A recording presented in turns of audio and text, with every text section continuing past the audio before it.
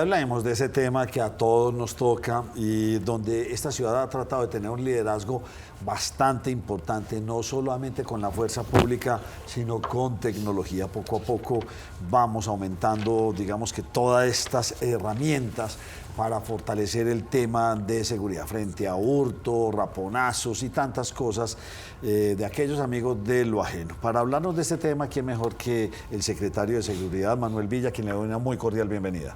Nacho, a ti, a todos quienes nos acompañan en la mesa y a todos quienes nos ven, un saludo muy especial y gracias por esta invitación. Hay un dato que me tiene impactado y es, nos quejamos mucho y siempre decimos que aquí la justicia es muy lenta y que todo esto se demora y se demora, pero ustedes tienen en este momento un porcentaje de esclarecimiento del 39%, o sea, muy por encima del promedio nacional. ¿Cómo se ha logrado esto? Así es, Nacho, digamos que una de las estrategias importantes a la hora de la lucha contra el delito, contra la criminalidad, no solamente es toda la operatividad que permite que haya capturas en el territorio, sino también trabajar de manera articulada con la Fiscalía, con la Justicia, para que los procesos sean llevados en debida forma a las instancias judiciales y que realmente haya decisiones que haga precisamente que no haya esa impunidad. Y lo decías, en materia de homicidios no solamente es importante recalcar que venimos en una tendencia a la reducción, que tenemos operatividad para prevenir que se cometen este tipo de delitos, sino que es muy importante decirle a la ciudadanía que aquí, cuando se comete un homicidio, todas las capacidades del Estado van detrás de quien cometió ese homicidio. ¿Qué quiere decir eso? Que se esclarecen más los casos de homicidio aquí en Medellín que en cualquier parte del país, mientras que la media de esclarecimiento, es decir, de resolución de un homicidio por parte de la justicia en Colombia es alrededor de 12-13%, en Medellín estamos alrededor del 40%. ¿Eso qué quiere decir? Que es más probable que a un homicida lo capturen aquí en Medellín que en cualquier otra parte de Medellín. ¿Y es porque ha cambiado algo el protocolo a nivel de la policía o de todas las entidades de seguridad en la recabación de pruebas, de todo esto? ¿Cómo le dicen a eso? La custodia, cuando, o sea, todo esto se está o por la cercanía de ustedes con la Fiscalía, ¿por qué se logra? Porque es que la diferencia es muy alta en porcentaje. Miren, yo creo que hay varios factores que terminan haciendo que estas cosas pasen. Una de ellas es, y tiene que reconocerse, es el componente tecnológico que tiene la ciudad. Todo este montón de cámaras que hay, que nosotros seguimos adquiriendo y vamos a seguir adquiriendo cada vez más. ¿Y por qué? Porque estas cámaras realmente son ojos de la justicia y de las autoridades en las calles. 24/7 y no se cansan y no parpadean. 24/7, no se cansan, no parpadean, persona que pasa por ahí, persona que comete un delito, persona que se trata de esconder, ahí queda registrada. Sí. Entonces, cuando hay un homicidio, inmediatamente desde el sistema 123 del monitoreo de cámaras se activa un protocolo donde se hace todo el seguimiento. ¿Qué es el seguimiento? ¿Dónde ocurrió el homicidio? ¿A quién se le cometió el homicidio? Esa persona que fue asesinada, ¿de dónde provenía? Los que lo asesinaron, ¿de dónde venían? ¿En qué vehículo? Si se cambiaron de ropa, si se cambiaron de vehículo, cuál fue la trazabilidad durante los últimos días de ese mismo vehículo, pero también hacia dónde salió ese vehículo. Y con todo eso, obviamente articulado con el componente de inteligencia, se adelantan esas investigaciones de manera oportuna. Y eso lo que quiere decir, insisto, es que el trabajo entre alcaldía, policía y fiscalía tiene efecto. Y ese es el otro componente, no solamente la tecnología, sino ese trabajo articulado que aquí sí hay. Nosotros tenemos una mesa de homicidios donde están los fiscales destacados que luchan contra el homicidio, la policía judicial que lucha contra el homicidio y un grupo de analistas de parte de la Secretaría donde semana a semana le hacemos seguimiento a los casos. Y no es que hubo un homicidio y no lo resolvimos en las primeras 36 horas y nos olvidamos, no. Ese homicidio termina siendo como un pendiente para todos hasta que tarde que temprano se dé con los responsables. Eso, insisto, no solamente nos permite tener un mayor grado de esclarecimiento de los homicidios, sino que tarde que temprano también le va mandando un mensaje a la criminalidad y es el homicidio en Medellín es cada vez menos rentable. Y de alguna u otra manera también se le manda ese mensaje de que el homicidio es una línea roja y los bandidos ya saben dos cosas al menos. Uno, si cometen un homicidio, es más probable que en Medellín caigan. Y dos, si cometen un homicidio, van a tener que soportar absolutamente todo el peso de la fuerza institucional. Y ahí sí estamos nosotros, con la operatividad, con la presión, con el plan fastidio, y le cae todo el peso de la ley a quien comete el homicidio, pero también a la misma estructura. Mire, el secretario de Hacienda en estos días nos estaba hablando de un dinero importante que van a hacer en la renovación de este centro estratégico, ¿sí o no? Y yo le hago una pregunta, ¿cómo estamos tecnológicamente? ¿Estamos a la vanguardia? ¿Somos comparables? Porque usted ahorita me da un dato pues, que me deja impactado, o sea, detectamos cuál fue el vehículo, pero le decimos, me imagino que al computador busca este vehículo que hizo en los últimos 5 días y va y lo busca, o sea, usted me está hablando de una cosa que es alta tecnología. ¿Cómo estamos? Medellín está muy bien en materia de tecnología, pero no nos conformamos con eso, queremos estar aún mejor. Hoy somos una ciudad que en Colombia, incluso en América Latina, es referente por ese modelo tecnológico en la lucha contra el crimen organizado, pero no queremos ser simplemente una de las ciudades con esa mejor o mayor capacidad, queremos ser de las mejores ciudades en el mundo. Y por eso el alcalde Federico Gutiérrez lanzó el año pasado ese gran proyecto que es el C5, seguramente del que hablaban con Orlando, el secretario de Hacienda, donde, como lo ha dicho el mismo alcalde, va a ser una especie de pentágono para Medellín. Ahí va a quedar el nuevo edificio inteligente de la seguridad de Medellín, el centro de control y monitoreo, donde van a estar todas las cámaras integradas de la ciudad, donde va a haber un despacho automatizado de drones, donde se va a hacer una inversión importante en materia de inteligencia artificial y software para precisamente que no sea solamente la capacidad de video, sino la capacidad de análisis inteligente del contenido de video. Sí. Software que, por ejemplo, hacen alertas tempranas por movimientos extraños, por sonidos extraños, por reconocimiento de patrones o de características ya predeterminadas a partir del análisis conductual del delito y criminalístico del delito. Entonces lo que estamos haciendo es realmente yendo cada vez más allá. Si bien hoy tenemos 3.200 cámaras y vamos a dejar esta administración en este cuatrienio con más de 4.200 cámaras, vamos a hacer que todo este componente tecnológico tenga un nuevo corazón, un nuevo cerebro y ese nuevo edificio inteligente que es el C5. Secretario, le voy a cambiar un poco de tema porque sin lugar a dudas una de las grandes batallas que desde el momento cero enfrentó el alcalde Federico Gutiérrez era lo que estaba pasando con la explotación sexual de niños, niñas y adolescentes. Y ustedes han hecho un trabajo muy interesante en términos de cooperación internacional para poner freno a ese mal llamado turismo sexual que tanto estaba azotando a la ciudad de Medellín. ¿Qué resultados tienen en esa estrategia? Ustedes yo creo que conocen que cuando llegamos a la administración pues se venían presentando unos casos desafortunados, tristes, difíciles, y nosotros tomamos una decisión y lo primero era hay que reconocerlos, hay que decir que esto sí está pasando en Medellín y no es que venga pasando recientemente, es que venía pasando de tiempo atrás y simplemente antes no se había tomado la decisión de dar esta lucha. Se trata de la dignidad, de la integridad, de lo más sagrado, que son nuestros niños y nuestras niñas.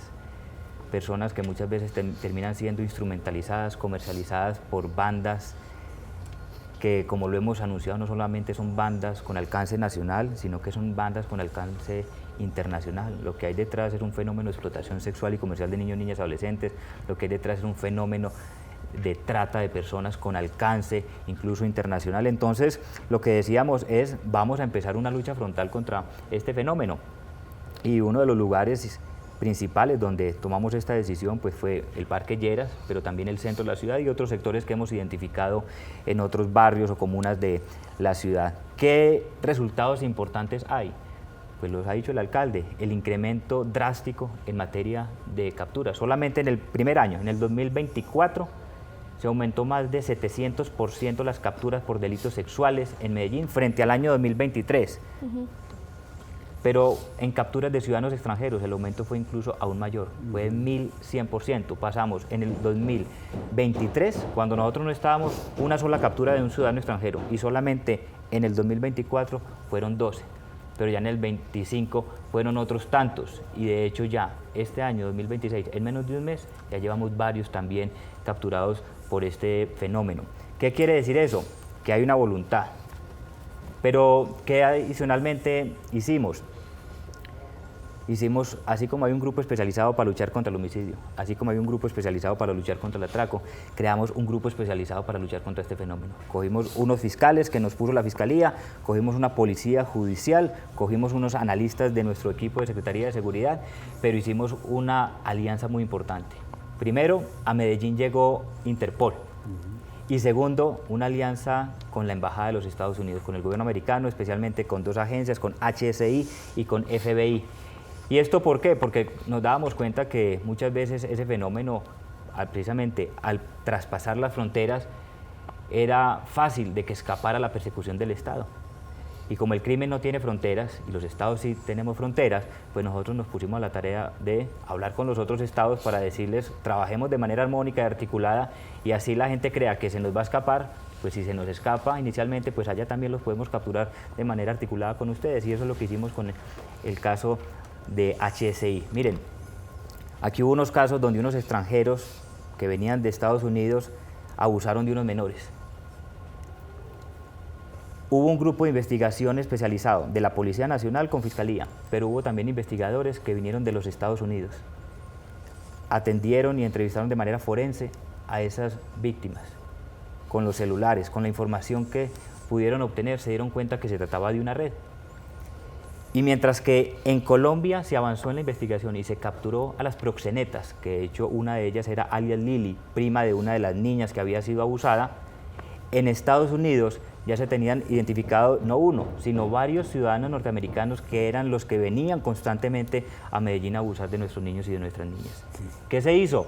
Se generaron las alertas. Y uno de esos, Estefan Correa, un día creyó que podía volver a Medellín otra vez a abusar y entrando al avión en el aeropuerto de Miami fue capturado por HSI. Y ese sujeto ya fue condenado a cadena perpetua. Sí, eso. El primer caso en la historia de Estados Unidos, no solamente en la historia de Colombia, en la historia también de Estados Unidos, de un capturado condenado a cadena perpetua por un delito cometido aquí en la ciudad de Medellín. Buen dato, primero. Pero ya no es el único, porque hace 15 días en Estados Unidos también ya se condenó por segunda vez a otro ciudadano norteamericano a cadena perpetua, también por delitos de explotación sexual y comercial aquí en Colombia y con niñas de Medellín. Entonces yo creo que hay unos avances importantes, unos resultados, todavía falta mucho por hacer, pero la idea es continuar con este trabajo articulado. Venga, me toca volver porque Andrea me saltó muy rápido el tema. Es que usted ahorita dijo algo y me quedó en la cabeza. ¿Cómo así que un centro de drones en ese mismo edificio? ¿Va a ser un dropóptero? ¿Eso qué va a ser?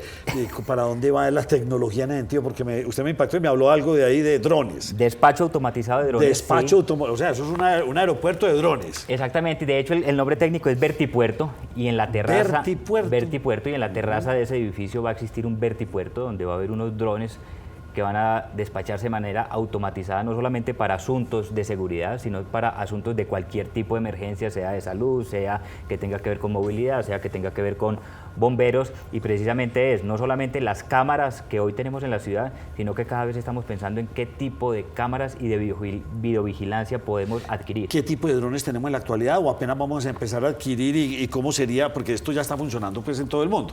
Pues digamos que hoy tenemos una capacidad de videovigilancia aérea, pero es muy gracias a la capacidad que tiene la Policía Nacional. Okay. ¿Sí? Y son exclusivamente para asuntos en materia de seguridad.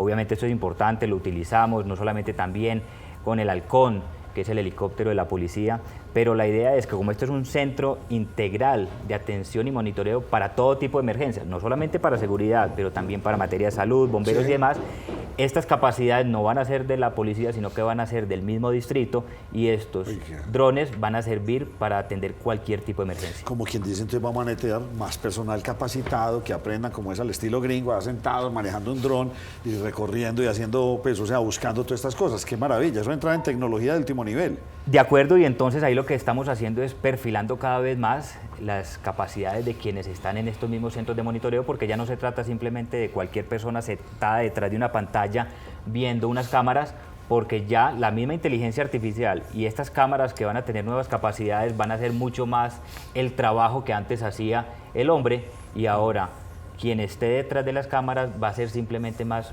un gerente de la data, de la información, para poder articular respuestas. ¿Qué nos interesa a nosotros? Respuestas más rápidas y respuestas más eficientes. José, hay una cosa tan lamentable, yo siempre lo miro a ustedes contándoles los datos curiosos. ¿Cuándo despegan los drones completamente? Con la guerra Ucrania-Rusia. El desarrollo tecnológico que ha hecho Ucrania frente a todo esto, ya hay drones que no solamente son vuelos de 15 minutos, ¿no? Ya son drones que van mucho más tiempo, drones con una capacidad impresionante. Si él siente que le está acabando la batería, viene y se devuelve y el otro fue y lo reemplazó. Las guerras, desafortunadamente, hacen desarrollos tecnológicos en ese sentido. Quería escuchar eso, entonces veremos drones dentro de muy poco. Así es. Dentro de poquito, ¿sabe qué? 24 de diciembre o 8 de diciembre, inauguración de los alumbrados. Una cosa de drones aquí gigantesca como la de drone en hecho, China. Nacho, en China... Violento, unas cosas violentas. Mariana, su pregunta. Bueno, se cree realmente son dos. La primera es, el alcalde ha resaltado mucho esa alianza con Estados Unidos, pero se piensa hacer con otros países como México, Panamá, para la lucha frontal contra la explotación sexual. Y en Medellín hay un caso que aún suena mucho y es el de Timothy Galán. ¿Qué ha pasado con este hombre? Bueno, frente a la primera pregunta, claro que uno hay que seguir manteniendo ese trabajo articulado con los Estados Unidos, con la agencia HCI, pero no solamente con ellos, con FBI, con la DEA, con Marshalls y con todas estas capacidades con las que hoy venimos dando resultados.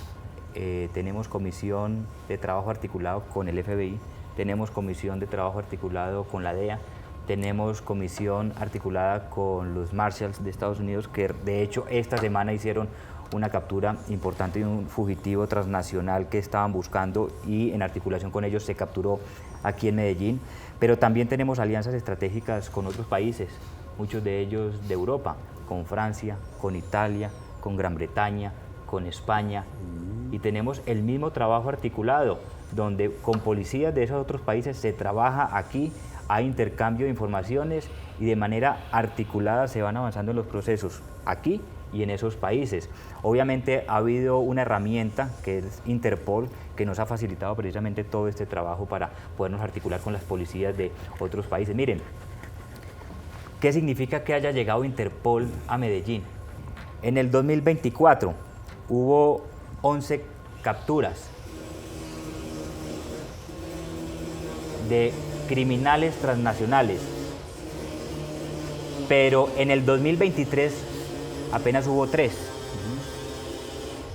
y en el 2025 hubo 25. Es una diferencia abismal.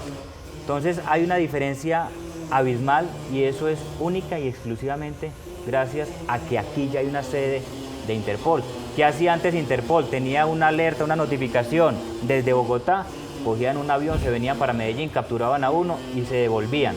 ¿Ya qué hacen? Ya están aquí permanentemente en el aeropuerto. Eso es para muchas irregularidades, o sea, hablo lavado de activos, menores de edad, o sea, es para, de acuerdo, para muchas cosas. Crímenes. Para sí, múltiples, eso, crímenes, sí. Lo que me había múltiples crímenes o múltiples delitos de personas que hayan sido condenadas y estén siendo buscadas por justicia de otro país y tengan una respectiva alerta. Hay alertas rojas, hay alertas azules.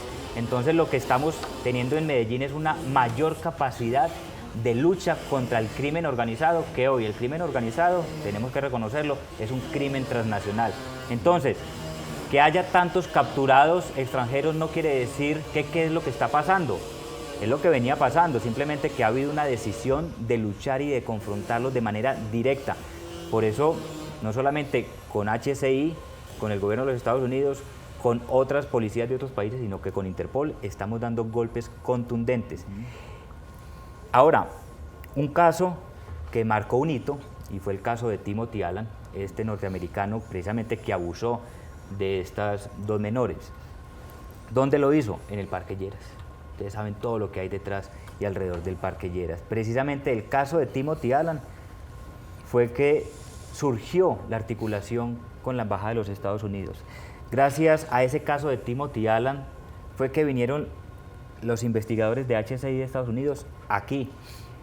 Gracias a ese caso fue que los investigadores tuvieron contacto con las víctimas de Timothy Galán y con la extracción de los celulares, con las entrevistas forenses, fue que identificaron a las proxenetas aquí en Medellín, a alias Lili, una de ellas, que comentaba ahorita, era prima de una de esas menores que fue abusada por Timothy Galán, pero también a Estefan Correa y a los otros tantos que en Estados Unidos, que ya van más de 7, han sido capturados. El año pasado fueron 7 ciudadanos extranjeros capturados en Estados Unidos por delitos cometidos aquí. Ustedes en días recientes creo que hicieron un operativo bastante grande en esta zona del Parque Lleras y alrededores. ¿Cómo les fue? Pues nosotros seguimos con esa presencia institucional fuerte, contundente en el Parque Lleras, haciendo muchos controles administrativos con todas las dependencias de la alcaldía, pero también con policía, con ejército, con fiscalía. Y realmente lo que ha dicho el alcalde es lo que pasa en el Parque Lleras no es lo que mucha gente cree, que es un problema estético. Alguien sube por la 10 y ve lo que pasa y dice, es horrible lo que está pasando en el Parque Lleras. Y sí, es horrible, pero es más horrible lo que pasa detrás del Parque Lleras. Hay criminalidad dura y pura, hay mafias, hay trata de personas, hay instrumentalización de menores. Entonces, aquí no solamente se trata de un simple tema de prostitución como creen algunos. Aquí hay unas redes de trata de personas, aquí hay unos supuestos comerciantes que comerciantes no tienen nada, que son más criminales que cualquiera otros, que lo que están es dinamizando actividades criminales. Pero ese es el diagnóstico. ¿Y qué se ha Y la logrado? solución, ¿Se ha logrado exacto, detectar? ¿Qué tan cerca estamos de esa De la red? solución de vincular todo desmantelar esto. esa red. Yo creo que estamos más cerca desde que empezamos. Y es la pregunta que le hacen siempre a uno en la calle. Y siempre lo he dicho, es como cuando uno toma la decisión de rebajar y no ha rebajado todo lo que ha querido y entonces está el que le dice a uno, ¿has rebajado? O el que todavía le dice a un hombre, estás todavía muy gordo. Pero somos conscientes que el reto es difícil, que va a tomar tiempo, nosotros no lo hemos desconocido, pero que estamos cada vez más cerca, sí, que estamos mejor de como empezamos hace 2 años también. Si ustedes ven, cuando nosotros anunciábamos los primeros controles en el Parque Lleras, advertíamos, ojo, hay instrumentalización de las comunidades indígenas, ojo, hay taxistas o supuestos taxistas que están cobrando más de lo que deben, que hay veces extorsionan o roban a los usuarios, muchos de ellos turistas. Ojo, hay mujeres que en el ejercicio de la prostitución utilizan algunas sustancias, tipos como la mina, para robar y eventualmente atentar contra los supuestos usuarios de los servicios sexuales, que muchos de ellos eran turistas. Ojo, hay también un tema de trata de personas. Ojo, hay tráfico de estupefacientes. Y puedo seguir con la lista de cuánto delito nosotros nos dimos cuenta que había en el Parque Lleras. Pero el cartel de los pañales, ya hubo unas capturas a unos sujetos que instrumentalizaban a los indígenas. Sí. Ya hubo captura de 12 taxistas solamente sobre el eje de la 10 y Provenza. Ya hubo capturas también ¿La captura de los taxistas es porque cobraban una tarifa adicional? Y también porque robaban. Robaban. Se prestaban para el paseo millonario. Y golpeaban, de para acuerdo. delinquir. Y golpeaban también a los usuarios. No. Ok. ¿Golpean a los usuarios? De acuerdo, Sí. para poder robarles y demás si no les querían pagar todo lo que les estaban exigiendo. También, ¿qué nos pasó? A las que nosotros denominamos a las tinderianas, que eran las mujeres que contactaban Los mediante perfiles de Tinder, plataformas, de claro. acuerdo, y después terminaban unos turistas casi todos escopolaminados, también Y fueron robados, capturados, claro. de acuerdo. También se ha capturado ahí a comerciantes del Parque Lleras, alias El Mexicano. Tenía 7 locales en pleno Parque Lleras, 7 locales. ¿Qué hacía alias El Mexicano? Y era uno de esos que se posaba como un supuesto comerciante de alto perfil y demás. ¿Lo capturó quién? Interpol. Miren, Interpol está en Medellín gracias al Mexicano. Es decir, Interpol está en Medellín gracias a lo que hemos hecho en el Parque Lleras. Y ojo, ese mexicano que ya está extraditado en México, lo que tenía era una red de trata de personas. ¿Cómo funcionaba? Uno de sus establecimientos, de hecho, ¿cómo se llamaba? Las Mamacitas. Miraba a las mujeres que trabajaban por ahí, las que perfilaba de alguna manera, las contrataba para que fueran, atendieran a la gente en su establecimiento, y a las que perfilaba, de acuerdo a cómo le estaba yendo, ya las cogía y las mandaba para México, le retenía el pasaporte y literalmente lo que había era una red de trata de personas, un comerciante del Parque Lleras. ¿Y qué pasó con todos esos locales? ¿Los tenía el administrado o esto se cierra? Extinción de dominio, ¿O son ¿Qué como pasa decir, con Todos esto? estos locales, lo que nosotros le hemos pedido a la Fiscalía y también pues a la policía es que se avance en extinción de dominio. Porque genera ¿Y mucho si el empleo, local entre está otras. arrendado? Digamos que hay una posibilidad, dependiendo de lo que se compruebe en la investigación, si puede llegar a haber incluso responsabilidad Del de arrendatario. parte del propietario. Pregunta. Si no hay una debida diligencia, tú eres propietario, pero no quiere decir que tú puedes hacer lo que quieras. Tú lo puedes arrendar, pero tienes que ser corresponsable Control y y tienes que vigilancia. saber que hay unos límites. Pero es dentro del bastante control. complicado porque uno tiene el local, uno lo alquila, pues y vaya uno a saber que... Ajá. Pero para eso está la policía judicial que hace todo el análisis de cuál ha sido el antecedente, porque en muchas partes lo que tú ves es este se lo vende a este, se lo vende a una sociedad y lo que intentan es camuflar, triangulan lo que la intentan es operación. triangular, y por eso está ahí la investigación, que a veces toma tiempo, pero tarde que temprano llega.